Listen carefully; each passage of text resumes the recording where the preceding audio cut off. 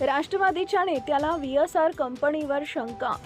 म्हणाले 50 कोटींचा विमा काढून त्यांनी अजित पवार यांचा विमान अपघातात निधन झालं आणि त्यांची अचानक झालेली एक्झिट सर्वांनाच चटका लावून गेली आहे. खास करून राष्ट्रवादी काँग्रेसचे नेते अमोल मिटकरी यांना. अमोल मिटकरी वारंवार अजित पवारांच्या विमान अपघाताबाबत शंका उपस्थित करताना दिसतात.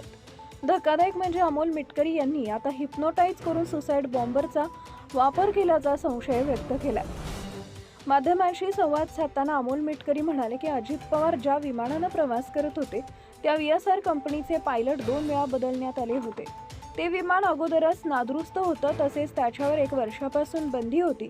त्यानंतरही अजित पवारांना तेच विमान 28 तारखेला देण्यात आलं. VSR कंपनीनं गत डिसेंबर महिन्यात आपला कंपनीचा प्रत्येक वैमानिकाचा प्रत्येकी 50 कोटी रुपयांचा विमा उतरवला होता.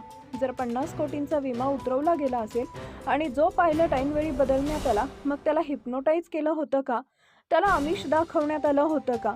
कारण अनेक ठिकाणी हिप्नोटाईज करून सुसाईड बॉम्बरचा वापर केला जातो असा संशय व्यक्त करत मिटकरी यांनी काही दाखले दिले. अमोल मिटकरी म्हणाले अजमल कसाब याला दहशतवादी हल्ल्यासाठी पाठवण्यात आलं होतं. राजीव गांधी यांची हत्या झाली त्यावेळीही असा प्रयत्न झाला होता. तर मग अजित पवारांच्या विमानांच्या पायलटला हिप्नोटाईज करून पाठवलं होतं का? हा मोठा प्रश्न आहे.